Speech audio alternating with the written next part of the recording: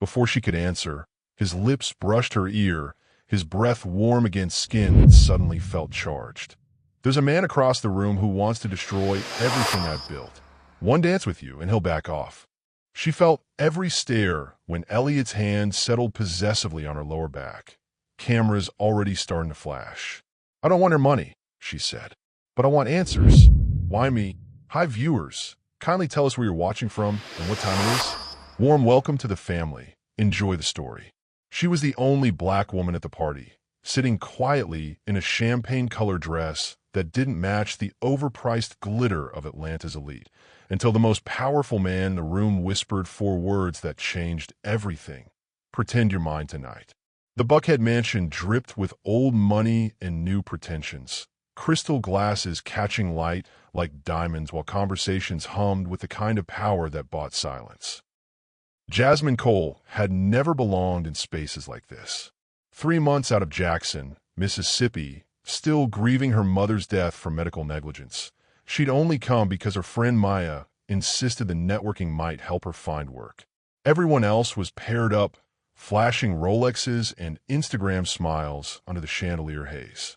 She nursed her champagne alone, watching venture capitalists and tech moguls play games with numbers that could feed entire neighborhoods. Then he walked in. Elliot Crane moved through the crowd like he owned the air they breathed, which, considering his net worth, he probably did. The reclusive tech billionaire from Seattle, known for avoiding public events and keeping his dating life more private than Pentagon files. Ice blue eyes swept the room until they found her face. He walked straight to her table, leaned down, and whispered those 4 words that made her skin electric. "Pretend you're mine tonight." Have you ever been chosen by someone completely out of your league? Have you ever felt invisible in a room full of people who seem to belong? What would you do if a billionaire asked you to be his pretend girlfriend? But what if that one night changed everything you thought you knew about power and protection? Before she could answer, his lips brushed her ear, his breath warm against skin that suddenly felt charged. "There's a man across the room who wants to destroy everything I've built. One dance with you, and he'll back off." She looked past his shoulder. Marcus Webb stood by the bar, watching them with predatory interest, his business suit sharp enough to cut glass. She'd heard whispers about Webb tonight. Hostile takeovers, corporate espionage, the kind of ruthless ambition that left bodies in boardrooms. "What's in it for me?" she asked, surprising herself with her boldness. "Name your price." She felt every stare when Elliot's hand settled possessively on her lower back, cameras already starting to flash. "I don't want your money," she said, "but I want answers." "Why me?" "Because no one knows who you are, and that makes you dangerous to him." The kiss came without warning. Soft at first, like a question her body answered before her mind caught up. Then deeper, more convincing, as his hand tangled in her hair, and she forgot they were performing. The room disappeared except for the taste of champagne and the way he held her like she was precious instead of purchased. When they broke apart, the entire ballroom was staring. Hit that like button if you've ever felt like the outsider, and subscribe because this story is about to get dangerous. "Dance with me," he murmured, leading her to the floor as photographers circled like sharks scenting blood. She'd never been held by hands that expensive, never moved to music that cost more than her rent. But when he looked at her, really looked, she felt like the only woman in the world. "What happens after tonight?" she whispered as they swayed. "That depends on you." As they left the gala with his arm around her waist, Jasmine caught a glimpse of Marcus Webb's face, cold, calculating, and already reaching for his phone. She had no idea she'd just painted a target on her back. She woke up at her own bed with a stranger's jacket draped over her chair and 17 missed calls from numbers she didn't recognize. The price of one night pretending to belong. Jasmine's phone buzzed like an angry hornet as she stumbled to the kitchen. Notifications flooded her screen faster than she could read them. Instagram followers jumping from 200 to 20,000 overnight. Twitter mentions with her face tagged next to Elliot's. News headlines calling her mystery woman and billionaire's new flame. Her modest Atlanta apartment felt smaller as panic crept up her throat. She'd signed up for one evening of pretend. Not this media circus. A knock interrupted her spiral. Three people in expensive suits stood at her door. Elliot, a sharp-eyed Latino woman, and a man built like a bodyguard. "We need to talk," Elliot said, stepping inside without invitation. The Latino woman opened a laptop on Jasmine's thrift store coffee table. "Elena Rodriguez, head of security. We have a problem." Photos filled the screen. Jasmine and Elliot kissing, dancing, leaving together. The headlines made her stomach turn. Gold digger or genuine love? From nobody to billionaire's bed in one night. "This is what you wanted, isn't it?" Jasmine snapped at Elliot. "Mission accomplished. Marcus saw us together." "Marcus Webb doesn't just see," Elena interrupted. "He investigates. By morning, he'll know your mother's maiden name, your social security number, and every debt you've ever carried." Elliot moved closer, his presence filling her small space. Underestimated how fast this would spread. "You're not safe here anymore." "Safe from what?" "From him," Elena said, turning the laptop toward her. "Marcus has a history with women who get too close to his targets. 3 ex-girlfriends of his business rivals have disappeared in the past 2 years. All brunettes. All last seen at parties like the one you attended." The room went cold. "I need you to pack a bag," Elliot said gently. "Come to Seattle until this dies down." Have you ever woken up to find your life completely changed overnight? Tell me in the comments what you'd do if you became famous without warning. Jasmine stared at his jacket on her chair, soft leather that probably cost more than her monthly salary. "What if I say no?" Elena pulled up another screen. Death threats in her Instagram DMs. Messages that knew details about her mother's death, her nursing background, even her childhood address in Mississippi. "Someone's already digging into your past," Elena said quietly. "The kind of digging that doesn't stop until it finds what it's looking for." Elliot helped her zip up a new dress his team had brought, designer silk that fit like it was made for her. His fingers lingered on her spine as he pulled the zipper up, and despite everything, heat pooled low in her belly. Elena pretended not to notice the charged moment stretching between them. "The private jet leaves in an hour," he said, his breath warm against her neck. "I know you don't trust me yet, but trust this, I won't let anything happen to you." As she threw clothes into a suitcase, her hands shaking slightly, one question burned through her mind. Had she made the biggest mistake of her life, or was this the beginning of something she'd been waiting for without knowing it? When Elena showed her the first death threat in her Instagram DMs, a message that knew her mother's maiden name, Jasmine realized this wasn't just about pretending anymore. Someone was digging into her past. The private jet wasn't supposed to feel like a prison, but when you're 30,000 feet up with a man who owns everything below, no stops being an option. Jasmine pressed her face to the window as Atlanta disappeared beneath clouds. She'd never flown first class, let alone on a private jet with leather seats that cost more than her car. Elliot sat across from her, fingers dancing over his phone screen, while she tried to process how her life had exploded in 12 hours. "Marcus is already moving," he said without looking up. 3 interview requests with major networks, all wanting to discuss gold diggers targeting vulnerable billionaires. "Vulnerable," she laughed bitterly. "You're worth more than some countries. Money doesn't make you bulletproof." His eyes met hers, storm blue and serious. "It just makes you a bigger target." Seattle spread below them like scattered lights on black water, the Space Needle piercing fog while his penthouse wrapped around them in floor-to-ceiling glass, beautiful and exposed, like living inside a fishbowl for giants. The apartment took her breath away. Minimalist furniture that probably cost more than most people's homes, art on the walls she recognized from museum visits, a kitchen that looked like it belonged in a magazine. "Guest room's down the hall," he said, setting down her bag. "Elena will stay tonight. Make sure you're comfortable." But comfortable was the last thing she felt. Every surface gleamed with wealth she'd never imagined, let alone lived among. She touched a sculpture on his coffee table, afraid her fingerprints might damage something priceless. "It's just a thing," Elliot said softly, watching her. "Touch whatever you want." The way he said it made heat crawl up her neck. Elena appeared with files tucked under her arm. "We need to discuss Sarah Morrison." Jasmine's stomach dropped. "Who?" "Elliot's ex-girlfriend." She went missing 6 months ago, 3 weeks after she started asking questions about his business practices. When someone offers you a completely different life, do you take it? Have you ever been tempted by luxury that came with strings attached?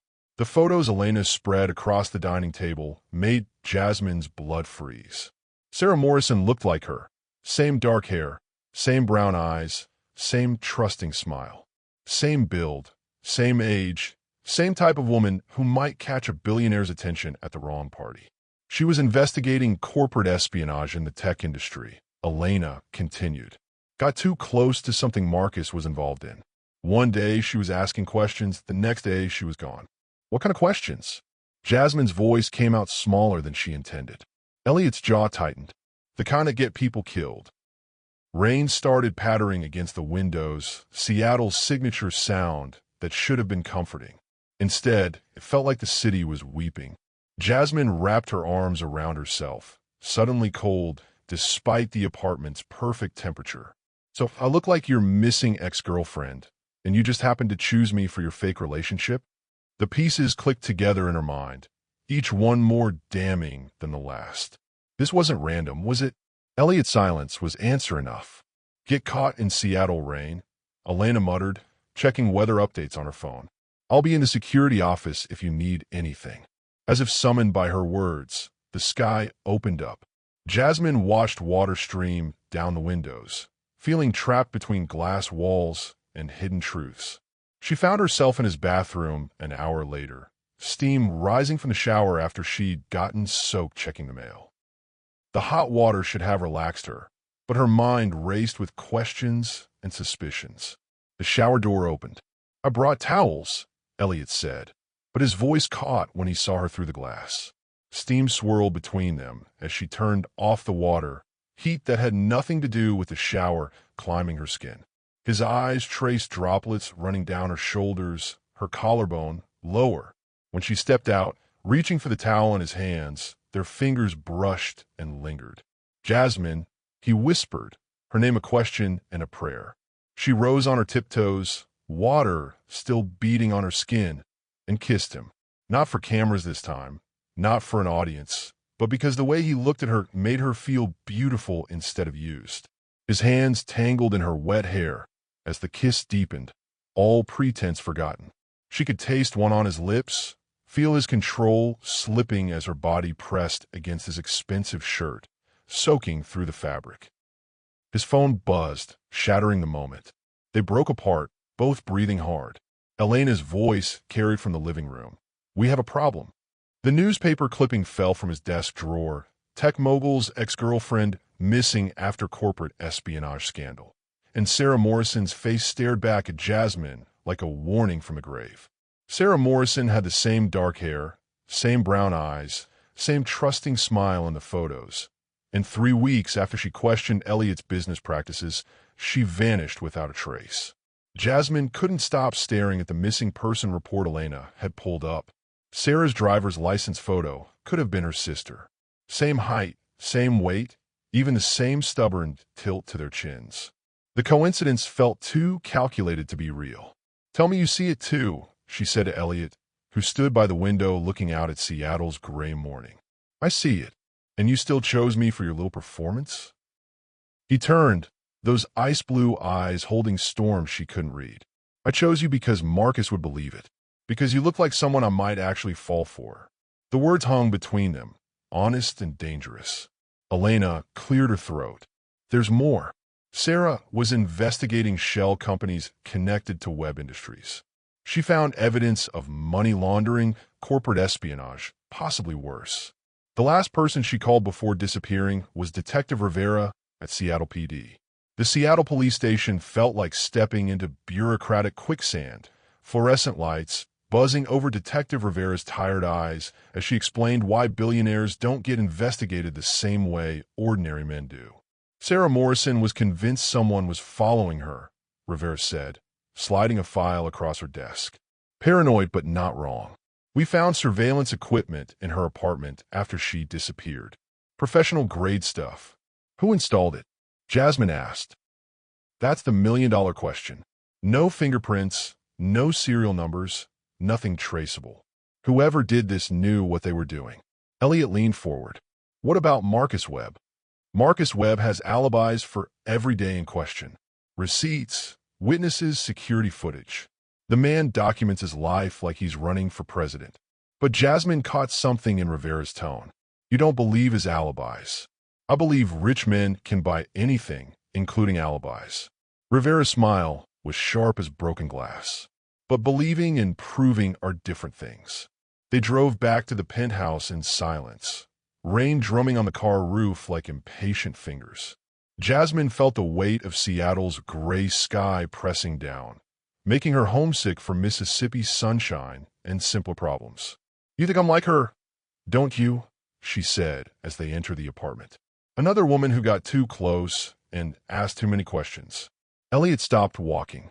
Are you getting too close? Or asking too many questions? Both. Would you stay with someone if you discovered their ex had mysteriously disappeared? What would it take for you to ignore those red flags? She moved closer, close enough to see gold flecks in his blue eyes. Maybe you're the one getting too close. Maybe I am. The kiss came fierce and desperate. Months of pretend tension finally finding release. She pushed him against the bookshelves in his home office, legal volumes and business awards rattling as her hands fisted in his shirt. His mouth tasted like coffee and secrets, his hands mapping her body like he was memorizing territory he might lose. This is crazy, she breathed against his neck. Completely insane, he agreed, lifting her onto his desk and stepping between her legs. When they finally broke apart, both breathing hard, reality crashed back. Someone had made Sarah Morrison disappear for asking the wrong questions. Someone was watching Jasmine now, documenting her every move. I need to show you something, Elliot said, his voice rough with want and worry. He led her to his bathroom, to the mirror above the sink. Her reflection looked back, lipstick smudged and hair mussed from their kissing. Normal, except for the tiny black dot barely visible in the corner. How long has that been there? She whispered. I found it this morning. When she found the hidden camera behind the bathroom mirror, still recording, Jasmine realized Sarah Morrison might not be the only woman Elliot had been watching. The man who promised to protect her had been recording her most private moments. But the real betrayal was how much she still wanted him despite knowing the truth. Jasmine stared at the tiny camera lens, her reflection fractured by the knowledge that someone had watched her shower, change clothes, exist in the space she'd thought was safe. The violation crawled under her skin like insects. How long? Her voice came out steady despite the rage building in her chest. I don't know. Elliot's face had gone pale. Elena does sweeps every week, but this one's new. Professional installation, probably wireless. So someone's been watching me since I got here. Yes. She wanted to scream, wanted to throw something expensive against his perfect walls. Instead, she walked to the bedroom and started packing. The designer clothes he'd bought her, the silk nightgowns that cost more than her monthly rent, all of it tainted now by invisible eyes. Where are you going? He asked from the doorway. Somewhere with privacy. Jasmine, wait. Let me explain. Explain what? That your ex-girlfriend disappeared after someone planted cameras in her life too? That I'm just the latest woman you've put in danger for your corporate games. He caught her wrist as she zipped the suitcase. It's not like that. Then what is it like? The hotel room felt like a safe house with its generic paintings and scratchy comforter, the kind of anonymous space where people hide when their lives explode. But even here, she could feel eyes watching through every window. She'd chosen the cheapest place she could find, paying cash, using a fake name Elena had suggested. The irony wasn't lost on her, hiding from cameras in a room that probably had its own surveillance. Her phone buzzed. Elliot's name on the screen, the third call in 10 minutes. I know you're angry, his voice said when she finally answered. Angry doesn't cover it. The cameras weren't mine. How do I know that? Silence stretched between them, filled with the sound of Seattle traffic and her own heartbeat. You don't, he said finally. You have to choose to trust me. Have you ever stayed with someone you shouldn't trust? When your heart and your head are at war, which one wins? 3 hours later, he showed up at her door. She let him in because the alternative was talking in the hallway where anyone could listen. Marcus planted those cameras, he said without preamble. Elena traced the wireless signal. Same equipment used in Sarah's apartment. Convenient. True. She studied his face, looking for lies in the set of his mouth, the way his eyes held hers without flinching. God help her. She wanted to believe him. Why should I trust you? Because I'm the only one telling you the truth. He stepped closer, close enough that she could smell his cologne, see the exhaustion in the lines around his eyes. Sarah Morrison wasn't just investigating Marcus. She was working with him. The words hit like cold water. What? Corporate espionage goes both ways. Marcus recruited her to get information about my company. When she started having second thoughts, when she tried to back out, he didn't finish the sentence. You think he killed her? I think he made her disappear, yes. The kiss happened without her permission, her body moving before her brain could object. Desperation and desire tangled together as she pulled him closer, needing to feel something real in a world gone completely fake. His hands found the hem of her shirt, pulling it over her head with reverent fingers. Are you sure? He whispered against her collarbone. No, she breathed, guiding him toward the bed. But I'm doing it anyway. They made love like it might be the last time, every touch desperate and claiming. He whispered her name like a prayer, mapping her body with his hands and mouth until she forgot about cameras and corporate espionage and missing women. After, as they lay tangled in hotel sheets, he traced patterns on her bare shoulder. I should have told you about Sarah from the beginning, he said. Yes, you should have. I was trying to protect you. From what? From making the same mistake she did. From trusting the wrong person. She turned to face him, studying the sharp line of his jaw in the dim light. How do I know you're not the wrong person? You don't. At least he was honest. Marcus's envelope arrived the next morning, slipped under her hotel room door while she slept. Inside, photos of 3 other women, all brunettes, all missing, all last seen with men in Elliot's social circle. But it was the note that made her blood freeze. You're next, unless you help me bring him down. 3 women were missing, and she was supposed to be the 4th, unless she became the bait to catch a billionaire predator.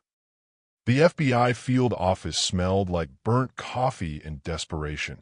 Agent Chen's voice cutting through fluorescent hum as she explained how billionaires buy justice and bury truth 6 feet under legal paperwork. Jasmine sat across from 2 federal agents and Detective Rivera. Marcus Webb's envelope spread across the conference table like evidence at a murder trial. Photos of Sarah Morrison, Elena Vasquez, and Maria Santos. 3 women who'd gotten too close to men in Elliot's circle and disappeared. Marcus Webb approached us 6 months ago, Agent Chen said, her voice crisp and professional. Claims Elliot Crane is running a human trafficking operation, using corporate events to identify and target vulnerable women. That's insane, Jasmine said, but doubt crept into her voice. 3 missing women, all brunettes, all last seen with tech executives. Is it? Rivera leaned forward. Rich men have been buying women for centuries. Now they just use NDAs instead of slave ships. Agent Martinez pulled up surveillance photos on his laptop. Elliot at various galas and business dinners, always with a different woman. Always brunettes. Always women who looked like they didn't quite belong in his world. We need someone on the inside, Chen continued. Someone he trusts. Someone who can get close enough to find evidence. You want me to wear a wire. We want you to save lives. If you discovered someone you loved might be dangerous, would you run or try to save them? Would you risk everything for the truth? The recording device was smaller than a button, practically invisible when clipped inside her bra. Agent Chun explained the activation process, while Jasmine tried to reconcile the man who'd kissed her like she was precious with the monster they were describing. Remember, we need him to confess, Martinez said. Get him talking about Sarah, about the other women. Make him think you're falling in love. Make him trust you completely. The irony burned. She was already falling in love. That was the problem. Elliot was waiting when she returned to the penthouse, pacing like a caged animal. Where were you? Elena's been calling. I needed air. She moved into his arms, hating how right it felt. This whole situation is insane. I know, but we'll figure it out. His hand stroked her hair, gentle and reassuring. I won't let anything happen to you. The words should have comforted her. Instead, they made her think of Sarah Morrison, who probably heard similar promises before she vanished. Tell me about the other women, she said, pulling back to meet his eyes. His face went carefully blank. What other women? The ones in Marcus's photos. Elena, Maria, did you know them? Business associates. Nothing more. But something flickered in his expression, gone too fast to identify. Fear? Guilt? Recognition? She led him to the couch, curling against his side like a woman seeking comfort. The wire pressed against her ribs, recording every word, every breath. I am scared, Elliot. The confession came easier than expected. What if Marcus is right? What if there's something about you I don't know? His arms tightened around her. What would you like to know? Everything. Your past relationships, your business dealings, why you really chose me that night. For a moment, she thought he might confess. His mouth opened, words forming on his lips. Then his phone buzzed with an urgent text. Elena needs me in the security office, he said, kissing her forehead. We'll talk when I get back. About everything, I promise. After he left, Jasmine sat in his living room, surrounded by luxury that felt like a beautiful trap. The city sparkled beyond the windows, millions of lights hiding millions of secrets. Her own phone buzzed. Text from Agent Chun. Any progress? She typed back, working on it. But the truth was more complicated. Every instinct told her Elliot was hiding something. But her heart insisted it wasn't what they thought. When he returned an hour later, his face was grim. We have a problem. What kind of problem? Marcus just filed a restraining order against me. Claims I've been harassing him, threatening his business interests. Elliot ran his hands through his hair. He's also started a media campaign. By tomorrow, every news outlet will be running stories about my pattern of relationships with vulnerable women. The trap was closing, but Jasmine couldn't tell who was caught inside. There's something else, he said quietly. Elena found more surveillance equipment. Not just cameras, listening devices, GPS trackers, phone taps. Someone's been watching both of us for months. Months? But I only met you 3 weeks ago. I know. His blue eyes met hers, storm dark with realization. Jasmine, I think someone's been planning this from the beginning. The party, our meeting, everything. The recording device captured Elliot's confession, but not the one anyone expected. I've been trying to find them. His voice cracked. Sarah, Maria, Elena. Marcus took them all, and he's using you to get to me. She thought she was hunting a killer until she realized she'd been walking straight into the trap, and the real predator had been watching her every move. The warehouse on the Seattle waterfront reeked of rust and salt water. Cargo containers stacked like metal tombstones while Marcus's voice echoed off corrugated walls. Calm, controlled, and completely insane. You actually believed him, didn't you? Marcus Webb stepped from the shadows, his business suit incongruous among the industrial decay. Poor little Jasmine, thinking she was playing detective. The gun in his hand looked wrong, like a prop from a movie that had wandered into real life. Behind him, 2 men in tactical gear flanked the warehouse entrance. Professional, efficient, the kind of people who solve problems permanently. Where are they? She demanded, surprised by the steadiness of her own voice. Where are Sarah and the others? Safe. For now. His smile held no warmth. Depends on how cooperative you're willing to be. Agent Chin's voice crackled through the hidden wire. Keep him talking. We're tracing the signal. But Marcus was smarter than that. You can turn off the recording device now, he said conversationally. The one Agent Chin so cleverly planted. I've been monitoring FBI communications for months. The warehouse felt smaller suddenly, walls closing in as escape routes disappeared. Elliot's not your enemy, Jasmine said. He's been trying to find the missing women. Elliot Crane is a romantic fool who falls for the same type every time. Brunettes with tragic backgrounds and fierce independence. Women just like you. Marcus circled her slowly, predator assessing prey. Did you really think it was coincidence?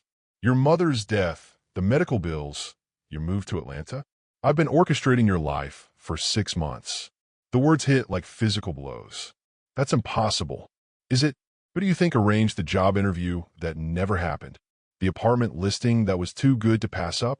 The invitation to that gala? His laugh was soft and deadly. I needed the perfect woman to destroy Elliot Crane, and you fit every requirement. Her mother's face flashed through her mind, dying in that hospital bed, betrayed by a system that valued profit over patience. The pharmaceutical company that caused her death. Webb Industries subsidiary. Yes, dear.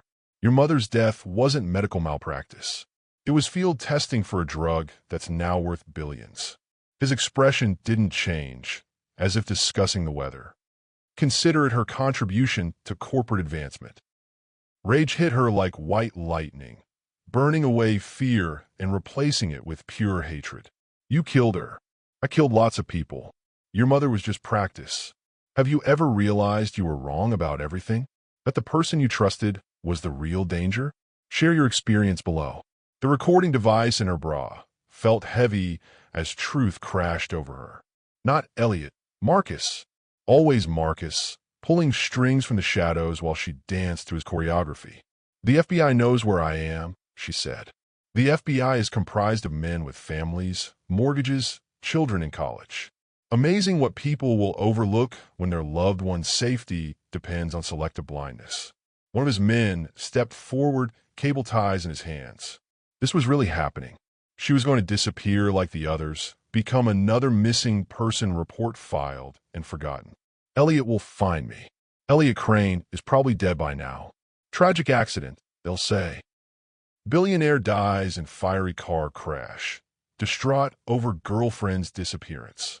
Marcus checked his expensive watch. Should be hitting the news any minute. The warehouse door exploded inward.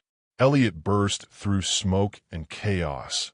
Elena Rodriguez at his side with enough firepower to start a small war. Behind them, SWAT officers in tactical gear swarmed the building like angry ants. Did you really think I let you have her? Elliot shouted over the noise, his voice carrying across the warehouse floor. Marcus's carefully composed mask finally cracked. This is impossible. My people assured me. Your people work for me now. Elena's voice was conversational as she trained her weapon on Marcus's chest. Turns out corporate loyalty has a price point, and you're not the highest bidder anymore. In the chaos of arrests and shouted commands, Elliot reached her first. His hand shook as he cut the zip ties, checking her for injuries with desperate efficiency. Are you hurt? He whispered against her hair. No, but he killed my mother, Elliot. He killed her to test some drug, and then he used her death to manipulate me into this whole situation. His arms tightened around her. I know. Elena found the records. Webb Industries has been doing unauthorized human trials for years. Your mother wasn't the first. The warehouse buzzed with federal agents processing evidence, but all she could focus on was the solid warmth of Elliot's chest, the steady rhythm of his heartbeat against her ear. The other women, alive, scared, traumatized, but alive. Elena's team found them in a facility outside the city. His voice broke slightly. Sarah's been trying to gather evidence for months, working undercover. They all were. The recording device had captured everything. Marcus's confession, his admission about the pharmaceutical testing, the locations of his offshore accounts. Enough evidence to destroy him and everyone connected to his operation. As handcuffs clicked around Marcus's wrists, he laughed, cold and knowing. You think this ends with me? Check your bank account, Jasmine. See what 3 months of dating a billionaire really costs.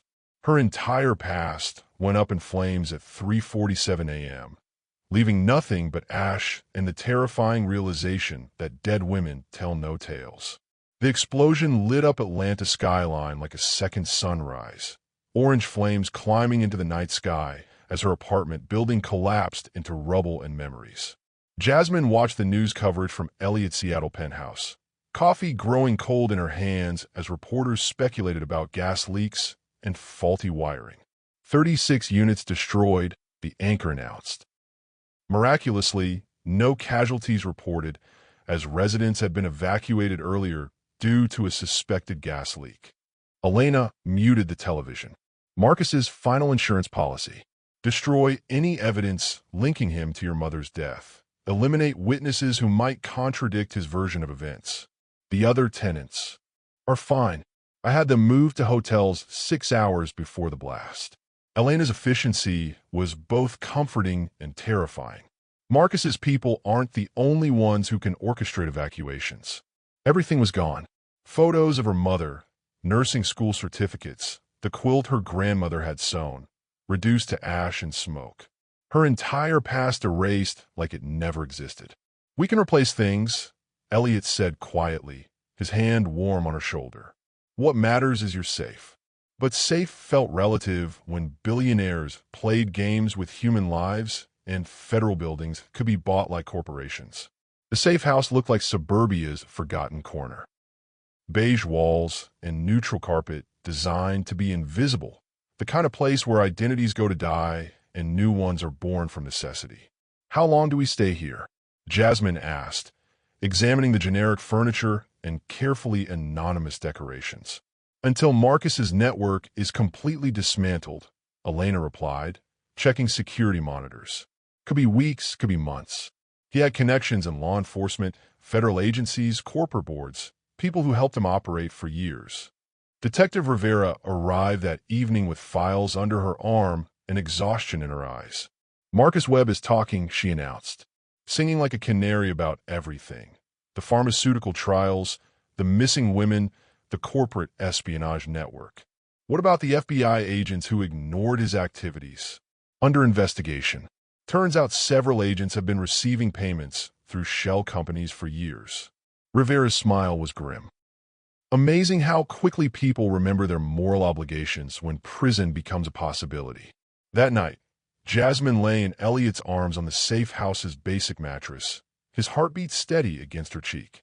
The generic bedroom felt more like home than any place she'd lived in months. "Tell me something real," she whispered into the darkness. "What do you mean?" "Something true about you that isn't connected to Marcus or corporate games or missing women. Something that's just you." He was quiet for so long she thought he'd fallen asleep. "Then, I wanted to be a teacher when I was younger. Elementary school, maybe kindergarten. I liked the idea of helping kids discover things for the first time." "What changed?"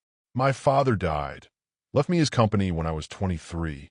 By the time I realized I hated the business world, I was too successful to escape."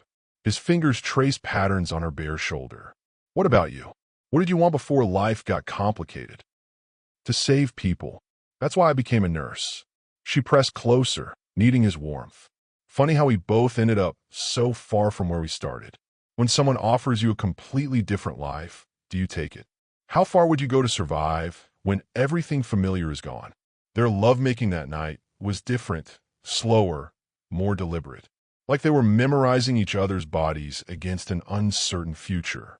His hands mapped every curve and hollow, his mouth following paths that made her arch beneath him. "I love you," she whispered as he moved inside her, the words torn from her throat by pleasure and desperation. "I love you too," he replied, and for the first time in months, something felt absolutely certain. The burner phone Marcus didn't know they had buzzed at 2 a.m. with coordinates and a time. Pier 47, midnight tomorrow. Come alone, or Detective Rivera joins the other missing women. This ends now. Rivera's face went pale when Elena showed her the message. He escaped. Ow! Prison transport was ambushed an hour ago. 3 guards dead, Marcus Webb gone. Elena's voice was professionally calm, but Jasmine could see fear in her eyes. He has help on the inside. Resources we haven't identified yet. The safe house suddenly felt like a trap instead of protection. "We run," Elliot said. "Disappear completely. New identities, new country. Start over somewhere he can't reach us. And let him win." Jasmine shook her head. "Let him keep killing people like my mother? Keep destroying lives for profit. He'll kill you if you stay. Maybe. But if we run, he'll definitely kill someone else." The choice hung between them like a loaded weapon. Safety through cowardice or justice through risk. The game was ending, but who would survive the final move? She walked onto that pier knowing one of them wouldn't walk off, but she'd learned that sometimes the only way out is through. Fog rolled off Elliott Bay like ghostly fingers reaching for the pier, cargo lights cutting through mist while the city watched from across dark water. Seattle holding its breath as three lives balanced on the edge of forever. Jasmine stood at the end of Pier 47, the wooden planks creaking beneath her feet as waves lapped against the pilings below. The wire Elena had insisted she were pressed against her ribs, recording everything for a federal investigation that might not matter if Marcus's plan succeeded. "You came." His voice emerged from the fog before he did. Marcus Webb, stepping into the circle of light like a performer taking the stage. He looked different, prison orange replaced by an expensive suit, but something wild flickered behind his eyes. "Where's Detective Rivera?" "Safe. For now." He gestured toward a cargo container at the pier's base. "Depends on how reasonable you're willing to be. What do you want?" "Justice." The word sounded obscene in his mouth.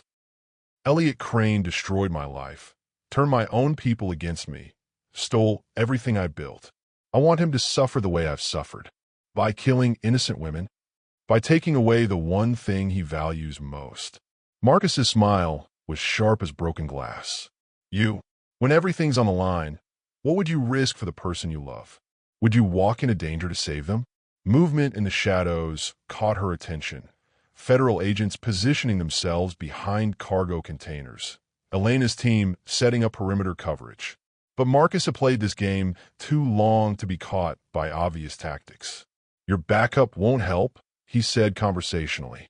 "I've got snipers on 3 different rooftops, explosives planted under the pier. One word from me, and this entire section of waterfront becomes Seattle's newest crater." Her phone buzzed. Text message with a photo. Elliot tied to a chair in some anonymous warehouse, blood trickling from a cut on his forehead. "He's alive," Marcus continued. "Bruised but breathing. That changes in exactly 1 hour unless you cooperate." "What kind of cooperation?" "Simple. You're going to help me destroy his reputation, his business empire, everything he's built. Corporate espionage, embezzlement, securities fraud. We'll fabricate enough evidence to put him away for life. And if I refuse, then you'll watch him die. Slowly, painfully, while I broadcast it live to every news network in the country." The pier felt smaller suddenly. Escape routes cut off by water and explosives, and the kind of desperation that makes men monsters. "How do I know you won't kill us both anyway?" "Because I'm not a monster, Jasmine. I'm a businessman. Dead martyrs inspire vengeance. Broken, discredited enemies just inspire pity." But she could see the madness in his eyes, the way his hands trembled slightly as he spoke. Prison had pushed him past the point of rational calculation. "I need proof he's alive." Marcus held up his phone, pressed a button. Elliot's voice came through the speaker, hoarse but steady. "Don't do it, Jasmine. Whatever he's asking, don't." The sound cut off abruptly. Convinced, she pretended to consider his offer while Elena's voice whispered through her earpiece. "Snipers neutralized. Explosives disarmed. We have clear shots when you're ready." But Marcus had one more card to play. "Before you answer," he said, pulling a detonator from his pocket, "you should know that Elliot isn't the only one I'm holding. Detective Rivera, Agent Shun, 3 members of Elena's security team. They're all in that warehouse. 1 explosive device, 7 innocent lives." The detonator's red light blinked like a mechanical heartbeat. "Your choice, Jasmine. Save the man you love and watch his enemies die, or save his enemies and watch him burn." Fog swirled around them as Seattle held its breath, waiting for an answer that would determine who lived and who became another casualty in Marcus's war against justice. "There's a third option," she said quietly, "which is—" Elena's team burst from the fog like avenging angels, tactical lights cutting through mist as they surrounded the pier. But Jasmine was already moving, diving toward Marcus as his thumb moved toward the detonator button. They hit the wooden planks together, rolling toward the pier's edge as gunshots exploded through the night. His hand opened as they fell, the detonator spinning through air before splashing into Elliott Bay's dark water. The explosion never came. As handcuffs clicked around Marcus's wrist for the second time, he looked up at her with something like respect. "You're braver than I expected. I'm angrier than you expected." Elena's voice crackled through radio static. warehouse secured, all hostages safe and accounted for. Victory should have felt lighter, but as federal agents led Marcus away, Jasmine realized some battles leave scars that never fully heal. As handcuffs clicked around Marcus's wrists, he laughed, cold and knowing. "You think this ends with me? Check your bank account, Jasmine. See what 3 months of dating a billionaire really costs." Freedom should have felt lighter, but when the FBI raids revealed Marcus's true scope, she realized some prisons are built for money, not bars. The federal courthouse steps swarmed with reporters like antibodies attacking an infection. Microphones thrust forward like weapons while camera flashes turned noon into strobe-like chaos. "Miss Cole, how does it feel to be the woman who brought down Marcus Webb? Is it true you were working undercover for the FBI? What's your relationship with Elliot Crane?"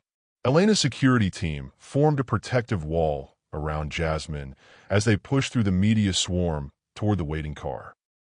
After 3 days of depositions, testimony, and federal debriefings, she felt raw and exhausted.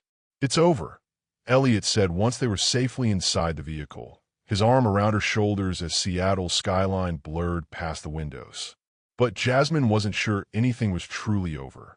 Marcus Webb's network had stretched further than anyone imagined.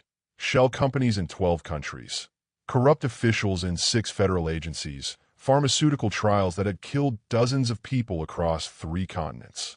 "The bank account he mentioned," she said quietly. "What did he mean?" Elliot's face went carefully blank. "I don't know." But Agent Chun had shown her the records that morning. Deposits in her name dating back 6 months. Payments from Webb Industries subsidiaries that totaled more than her nursing salary for 5 years. "He was paying me," she said, "all those months before we met. He was putting money in accounts I didn't know existed. To make it look like you were working for him. Part of his frame job. Or maybe I was working for him without knowing it. The possibility tasted like ash. Maybe everything I did, every choice I made, was part of his plan. How do you rebuild after everything you knew was a lie? When the dust settles, what really matters most to you?" The penthouse felt different now. Less like a sanctuary, more like a museum of their shared trauma. Every room held memories of surveillance and deception, conversations recorded and analyzed by people who saw their relationship as evidence in a criminal case. "We could leave," Elliot said that night as they stood by the windows overlooking Elliott Bay. "Start over somewhere new. Australia, maybe, or Switzerland. Running away, moving forward." But movement felt impossible when the foundation of everything was built on lies. Marcus's final revelation gnawed at her. Money in accounts she'd never opened, connections she'd never made, a life orchestrated by a madman's vision of revenge. Her laptop showed the truth in stark financial terms. Transfers from Webb Pharmaceuticals, Crane Industries, 3 federal agencies, and companies she'd never heard of. Someone had been funding her life for months, turning her into an unwitting asset in a game she'd never known she was playing. "The nursing job I lost," she said, pieces clicking together. "The medical bills for my mother. Even the apartment in Atlanta. He arranged all of it, didn't he?" Elliot's silence was answer enough. "So nothing was real. My whole life was just Marcus Webb pulling strings." "That's not true." He moved behind her, hands on her shoulders. "Your feelings were real. What happened between us was real. How can you be sure? How can either of us be sure of anything anymore?" The sex that night was desperate, almost violent. 2 people trying to find something authentic in a world gone completely false. She rode him with furious intensity, nails digging into his chest as she sought proof that their connection transcended corporate manipulation and billionaire games. Afterwards, as they lay tangled in sheets damp with sweat and need, her phone lit up with a notification that changed everything. "New message from Elena," she said, checking the screen. The video file showed a warehouse she didn't recognize, concrete floors, and industrial lighting. But the voice was unmistakable. Marcus Webb talking to someone off camera. The adoption papers in Elliot's desk weren't for a child. Marcus's recorded voice explained. They were for a new identity, dated 3 days before they met. Everything, including their chance encounter, had been planned. The video cut off, leaving silence heavy as lead between them. "Is it true?" she whispered. Elliot's face had gone pale. "Jasmine, is it true?" "Yes." The adoption papers in Elliot's desk weren't for a child. They were for a new identity, dated 3 days before they met. Everything, including their chance encounter, had been planned. The man she loved had stolen a dead woman's name and built his fortune on her grave, but some secrets run deeper than murder. The adoption papers felt like poison in Jasmine's hands. Legal documents that rewrote everything she thought she knew about the man sleeping beside her. Rebecca and Patterson, age 27, deceased March 15th, 2019, stared back at her from yellowed pages that smelled like secrets and lies. Elliot Crane died in a car crash 6 years ago. She whispered into the darkness of their bedroom. "You took his identity." He sat up slowly, moonlight cutting across his face like a blade. "Yes." "Who are you really?" "David Patterson. Rebecca was my sister." The confession hung between them like a loaded weapon while Seattle slept outside their windows. Everything made sense now. His knowledge of corporate espionage, his access to classified information, the way he moved through elite circles like he belonged, but never quite fit. "She worked for Web Industries," he continued, his voice rough with old pain. "Discovered the pharmaceutical trials, tried to expose what Marcus was doing to innocent people. He had her killed and made it look like suicide." Jasmine's hands trembled as pieces clicked together. "So you became Elliot Crane to get revenge." "I became Elliot Crane to get justice." "There's a difference." But was there? She studied his face in the dim light, searching for traces of the man she'd fallen in love with beneath layers of calculated deception. "How many people know?" "Elena, Detective Rivera. A few federal contacts who helped with the identity switch." He reached for her hand, but she pulled away. "Everyone who matters." "I didn't know. Because I needed you to be genuine." Marcus could smell deception from miles away, but he couldn't detect real emotion. So even their love had been part of his plan, her feelings weaponized against a man who collected women like trophies. The betrayal cut deeper than Marcus's manipulation because this one came from the person she trusted most. The real Elliot Crane. What happened to his company? His money? He had no family. "I liquidated everything, donated most of it to medical research foundations. Used what was left to build the resources I needed to take down Marcus." Have you ever discovered the person you love isn't who they claim to be? When everything you believed turns out to be performance, what's left that's real? She walked to the bathroom, needing space to think, and found him following. In the mirror, their reflections looked like strangers. Two people who'd shared a bed for months, but apparently knew nothing about each other. "Say something," he pleaded. "Yell at me. Throw something. Just don't look at me like I'm him. Like you're who? Like you're Marcus. Like I'm another predator who used you." The comparison stung because part of her wondered if it was accurate. How many lies could love survive? How much deception could trust endure?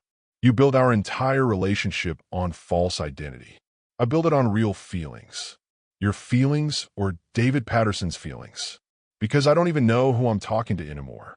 The shower turned on without her permission, steam rising between them as he stepped under the spray fully clothed.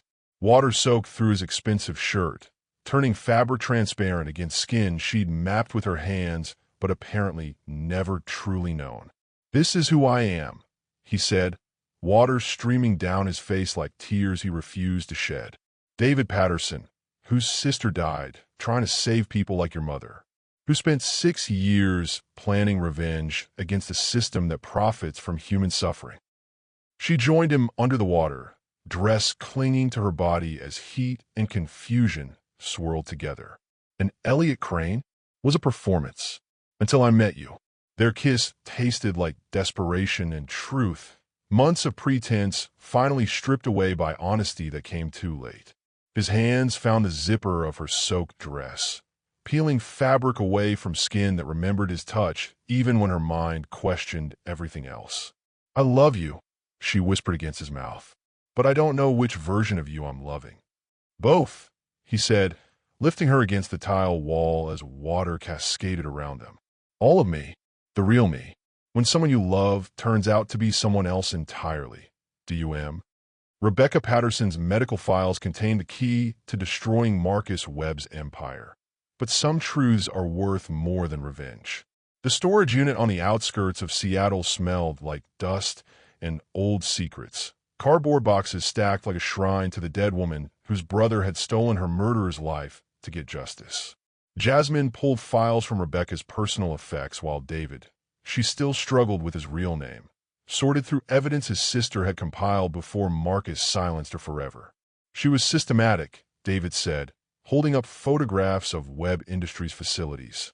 Documented everything: illegal drug trials, falsified safety reports, bribes to FDA officials. She had enough evidence to shut down the entire operation. Why didn't she go to the authorities? She tried. Marcus had people inside every agency that mattered. When legal channels failed, she decided to go public. His jaw tightened. That's when he killed her. The medical examiner's report made Jasmine's stomach turn. Rebecca Patterson, 27, cause of death listed as suicide by drug overdose. But the photographs told a different story. Defensive wounds on her arms, bruises consistent with restraint, toxicology results that showed forced ingestion. Marcus made her swallow enough fentanyl to kill a horse, David continued. Staged it in her apartment, left a suicide note on her computer. Case closed, problem solved. Except for you. I wasn't supposed to exist. Rebecca kept her family connection secret, used her maiden name professionally. Marcus never knew she had a brother. Rebecca's journal revealed the scope of Webb Industries crimes. Pharmaceutical trials conducted on prisoners, mental patients, homeless populations. People who wouldn't be missed, whose deaths could be explained away as underlying conditions or lifestyle choices. Your mother wasn't random, David said quietly, showing Jasmine a list of names. She was selected. Diabetic, single parent, limited financial resources. Perfect test subject for a drug they knew would cause organ failure. The room spun slightly as rage and grief crashed together. Her mother had been murdered as casually as someone might swat a fly. Her death nothing more than data points in Marcus's profit calculations. How many others? Thousands. Maybe tens of thousands. David's voice carried 6 years of accumulated fury. Webb Industries has been using vulnerable populations as test subjects since the 1990s. Rebecca stumbled onto it while investigating corporate fraud. That night, they made love like people preparing for war, desperate, claiming, try to memorize each other's bodies before the final battle began. Jasmine rode him with fierce intensity, nails digging into his shoulders as she sought something real in a world built on lies. Promise me something, she whispered as they lay tangled in hotel sheets. Anything. When this is over, when Marcus is destroyed and justice is served, promise me we'll figure out who we really are. Not David Patterson seeking revenge. Not Jasmine Cole playing the victim. Just us. I promise. But promises felt fragile when billionaires bought justice and dead women couldn't testify about their murders. The federal prosecutor's office buzzed with controlled chaos as Agent Chin spread Rebecca's evidence across conference tables like cards in a high-stakes game, where losing meant more innocent people died. This is enough to bring down half the pharmaceutical industry, Chun said, scanning financial records. Webb Industries, but also their subsidiaries, partner companies, regulatory officials who took bribes. How long to build cases? Years, maybe decades. Marcus has layers of protection, shell companies, legal teams that specialize in making evidence disappear. David slammed his hand on the table. While you're building cases, he's killing more people. We have to follow procedure. Rebecca followed procedure. Look how that worked out. The truth hung heavy between them. Legal justice moved slowly while corporate murder continued daily. Invisible victims dying in hospitals and nursing homes while pharmaceutical executives counted profits. There's another way, Elena said from the corner where she'd been monitoring communications. Marcus is scheduled to testify before a Senate committee next week. Public hearing, national media coverage. What are you suggesting? Rebecca's evidence gets leaked to every major news outlet simultaneously, same day as his testimony. Let the court of public opinion deliver justice while the legal system catches up. If you had evidence that could save thousands of lives but destroy your chance at legal justice, which would you choose? When a system fails, do you work within it or around it? The decision felt like stepping off a cliff into darkness, but some leaps require faith in the landing. They turned Marcus Webb's Senate testimony into his funeral, broadcast live, while his empire collapsed in real time across every screen in America. The Hart Senate office building hummed with the kind of tension that precedes public executions. Senators arranged like judges, while cameras prepared to carry Marcus Webb's destruction into living rooms across the nation. Jasmine watched from the gallery as David sat with Rebecca's files. 6 years of evidence finally ready for its moment in the harsh light of congressional oversight. Marcus entered wearing confidence like armor, his legal team flanking him with the casual arrogance of men who'd never lost a battle that mattered.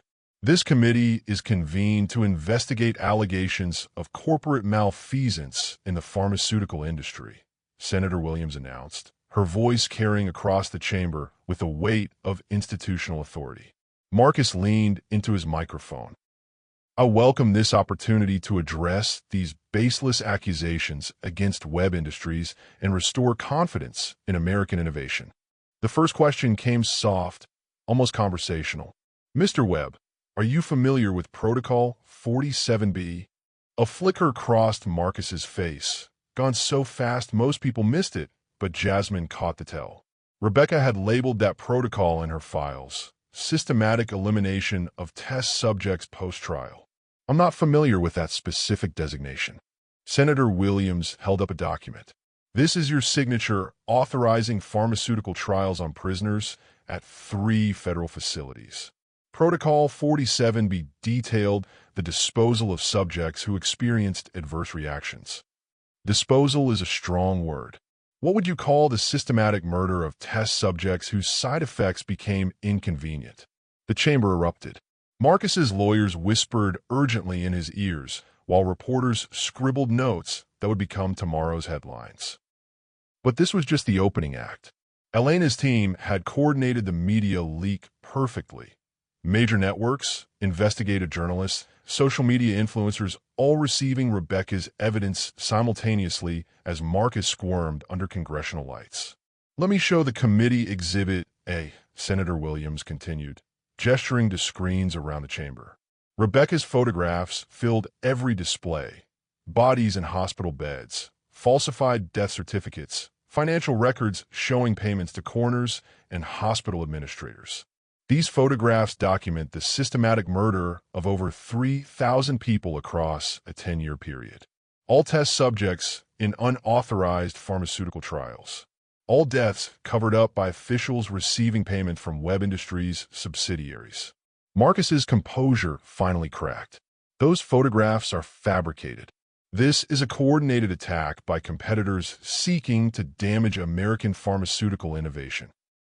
Are you suggesting this committee is part of a conspiracy against your company? I'm suggesting that corporate espionage has become increasingly sophisticated. But David was already standing, walking to the witness microphone with Rebecca's journal in his hands. The chamber fell silent as he opened the leather-bound book, his sister's handwriting visible on pages that documented her final weeks of life. Rebecca Patterson wrote these entries while investigating Protocol 47B. David said, his voice steady despite the emotion underneath. She documented meetings with Webb Industries executives, recorded conversations about eliminating witnesses, photographed evidence of systematic murder. Marcus went pale. Who are you? David Patterson, Rebecca's brother. The family member you didn't know existed when you had her killed. The revelation rippled through the chamber like electricity. Reporters frantically checked their notes while senators leaned forward, sensing blood in the water.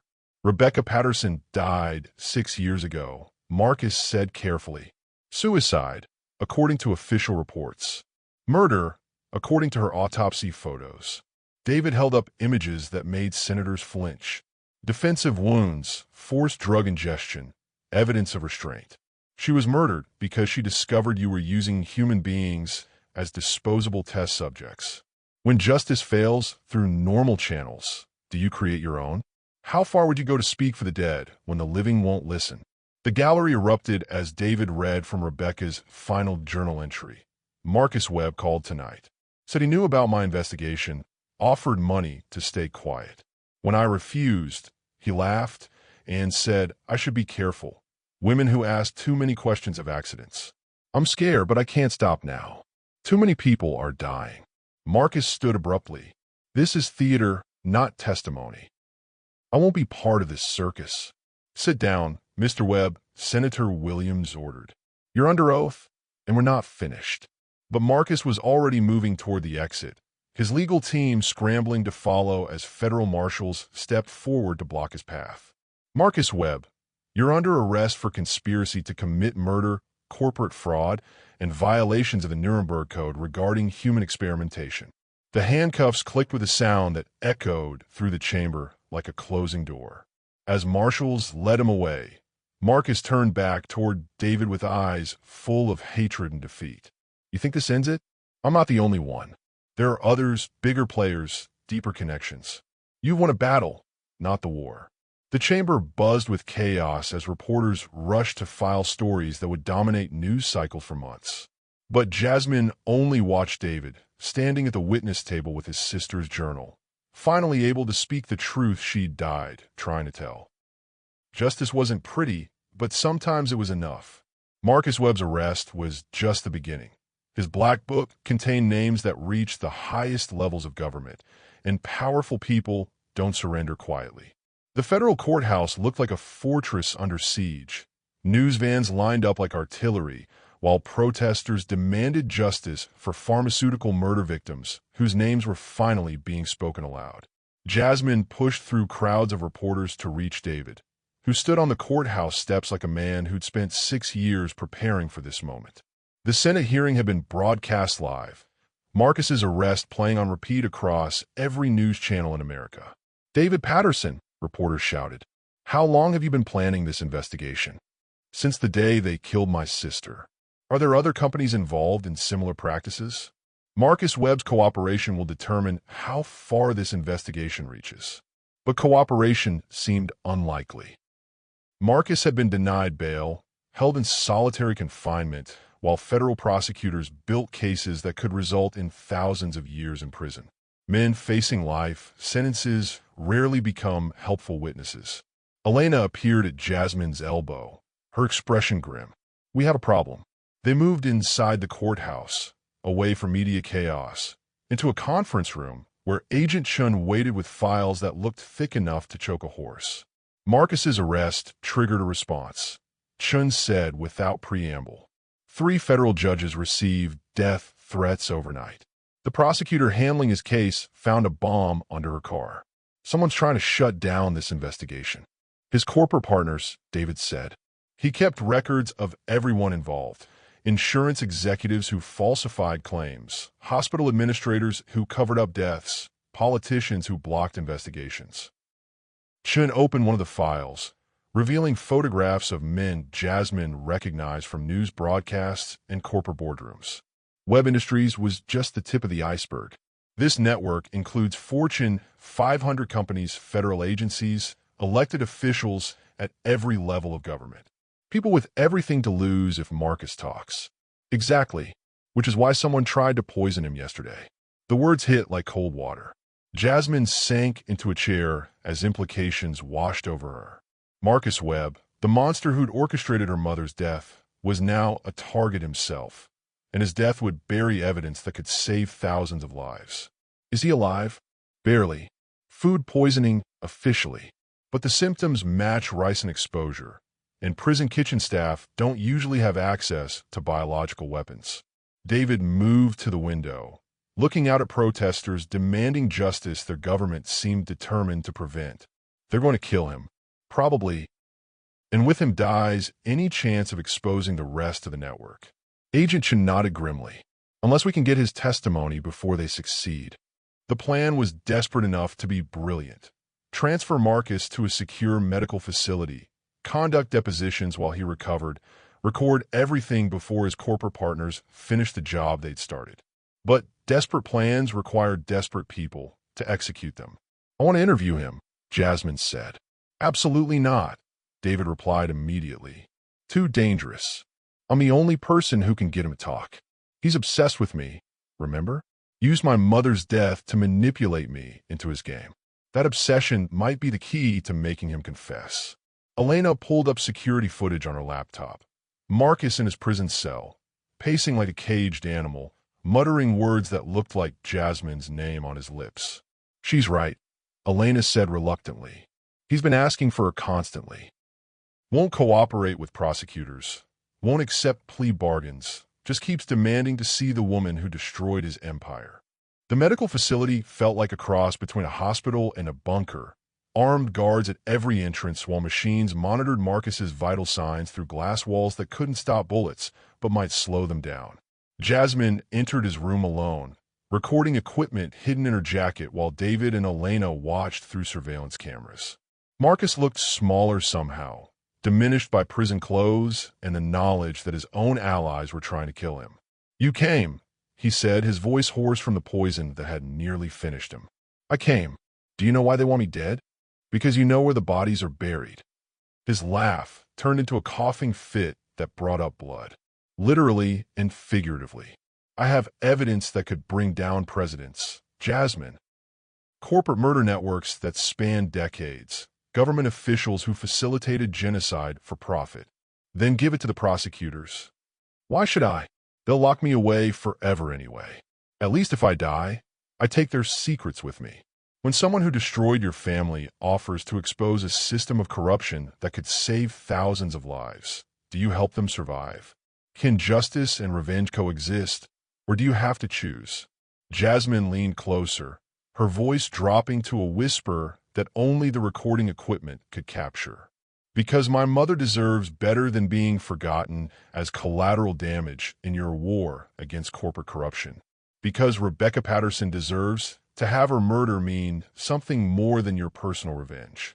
Because there are other women like us out there, and they deserve to live."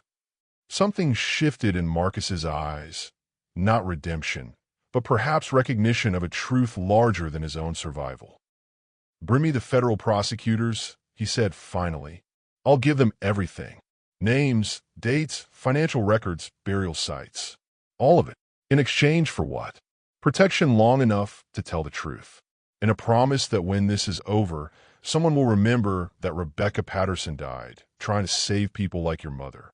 The confession lasted 18 hours, Marcus's voice growing weaker as he detailed decades of systematic murder disguised as pharmaceutical research. By the time he finished, 3 more executives had been arrested, 7 companies faced federal charges, and a congressional committee had opened investigations into government complicity. Marcus Webb died that night, officially from complications related to food poisoning, unofficially from a system that protects itself by eliminating inconvenient witnesses. But his words lived on, recorded testimony that would reshape how America understood the intersection of corporate power and human life. Justice wasn't perfect, but sometimes it was persistent. 6 months later, as pharmaceutical executives faced trial and Rebecca Patterson's name was carved into a memorial for corporate crime victims, 2 people who'd found each other through lies finally discovered what truth felt like.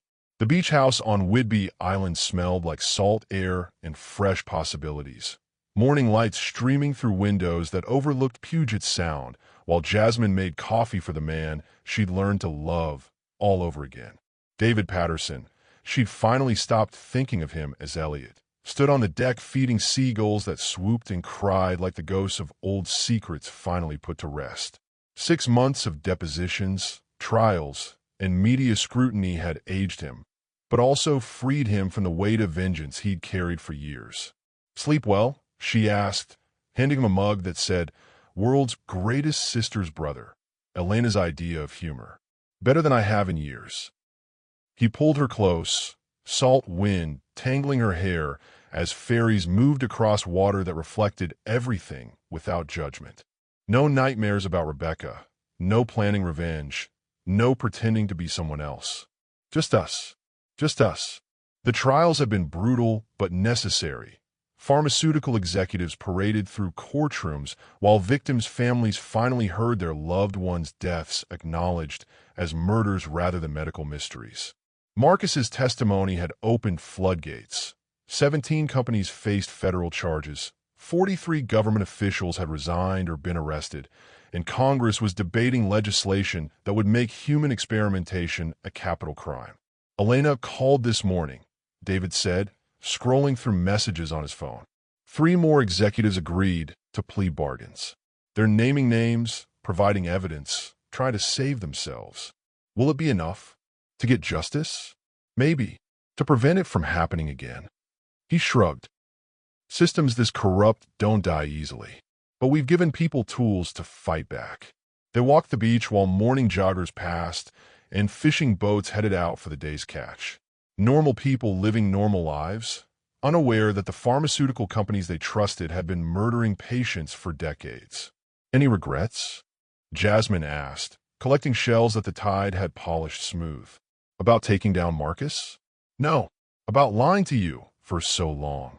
He stopped walking, turned to face her with eyes that held storms she'd learned to read. Every day, the lying or getting caught. The lying. Getting caught was the best thing that happened to us. Their engagement had been quiet, private, witnessed only by Elena and Detective Rivera at a Seattle restaurant where they'd celebrated Marcus's conviction.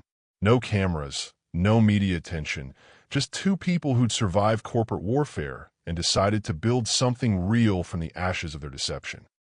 The wedding was scheduled for October, a small ceremony on this same beach where seagulls would serve as witnesses and the Pacific Ocean would wash away whatever remained of their false identities.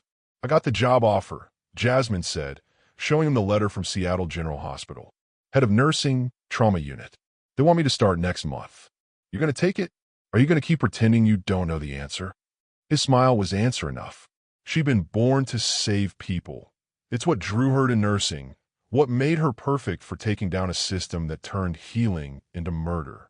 The trauma unit would let her help victims of violence, while he worked with federal prosecutors to ensure pharmaceutical companies could never again use human beings as disposable test subjects. That afternoon, they made love like people who'd finally stopped pretending, slow and honest, and real in ways that transcended the desperate coupling they'd shared while hiding behind false names. His hands mapped her body like familiar territory, her mouth finding scars left by years of carrying his sister's ghost. I love you, David Patterson, she whispered against his throat. I love you too, Jasmine Cole. Their real names felt like prayer and promise combined. The memorial service for Rebecca Patterson drew hundreds of people, victims' families, federal prosecutors, journalists who'd helped expose the pharmaceutical murder network. David spoke about his sister's courage while Jasmine held his hand, 2 survivors honoring a woman whose death had ultimately saved thousands of lives. Rebecca believed that truth was stronger than corporate power, David told the gathered crowd. She died proving that belief. We live because she was willing to pay the price for justice. Later, as the crowd dispersed and flowers were placed on a memorial stone carved with Rebecca's name, alongside 43 other victims, Jasmine found herself thinking about her mother, another woman whose death had meaning beyond the grief it caused. They're connected, aren't they? She said. Your sister and my mother. All the victims. Their deaths created the chain of events that brought down Marcus. Justice has its own logic, David replied. Sometimes terrible things happen so that more terrible things can be prevented. Do you think they'd approve? Of us, of what we've built from their deaths? He considered the question while evening light painted the memorial stones gold and shadow. I think they'd want us to be happy. I think they'd want their deaths to mean something more than corporate profit margins. And I think they'd want us to keep fighting. The fight would continue. There were other companies, other networks, other systems that turned human suffering into shareholder profits. But now there were also tools to combat them, laws that made corporate murder harder to hide, and people willing to risk everything for truth. As they walked back to their car, Jasmine's phone buzzed with a text from Agent Chun. New case. Pharmaceutical company using nursing homes for unauthorized trials. Interested, she showed the message to David, who smiled grimly. Together, he asked. Always. Some love stories begin with lies and end with truth. Some require corporate warfare and federal trials to reach their happy endings. Some are written in courtroom testimony and memorial stones rather than wedding vows and anniversary cards. But all love stories worth telling require two people willing to risk everything for each other and for something larger than themselves. Jasmine and David had found both, and in finding them, had perhaps found the most important truth of all, that justice and love, properly combined, could indeed change the world. The end.